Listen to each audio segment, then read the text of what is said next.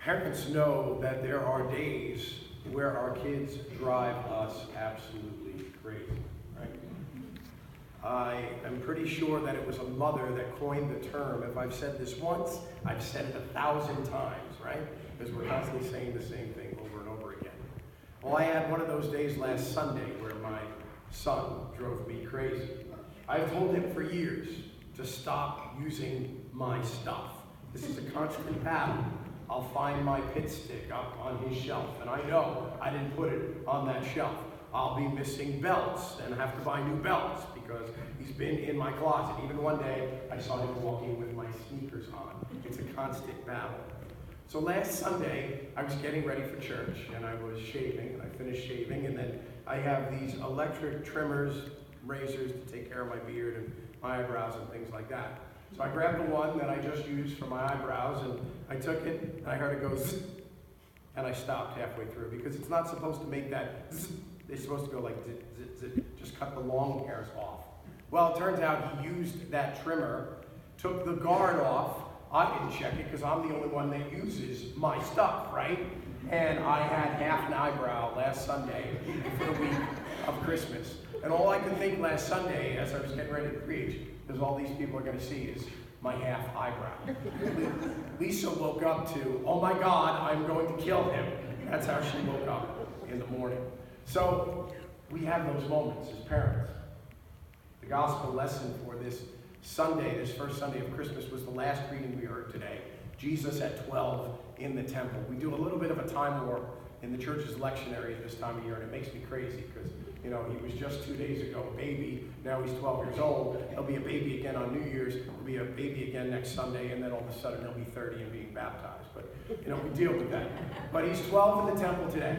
And what we have is probably the worst parenting situation that Mary and Joseph had to deal with, which in the whole scale of things, they weren't walking around with half eyebrows like I am, and so it wasn't that bad, right?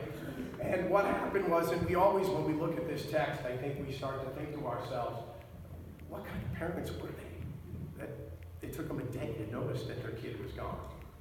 Things were different back then. It really took a village, and they trusted the village to raise their children. And going up to Jerusalem for the Passover was a communal event, a family and friend event.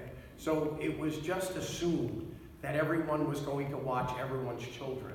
There was no worry that Jesus was going to really be lost. They just figured he was with another set of parents or whatever it may be during the time. After a day, they realized it. They go looking for him. They probably wanted to give him a hug goodnight, and he's nowhere to be found. And so finally, they go back to Jerusalem, and they find him in the temple. And Jesus just basically has a matter-of-fact answer. If I wasn't with you, where else would I be? But in my Father's house. But for them, they quite didn't fully understand yet who he was. Mary had a lot of clues. She knew Jesus was special and important, but the full picture probably hadn't fully developed for her yet. But there Jesus was. Not only was it important for him to commune with his earthly family as they traveled to Jerusalem, but for him, it was communing with the eternal family. And we hear in the text some very important things. That Jesus grew in wisdom and understanding.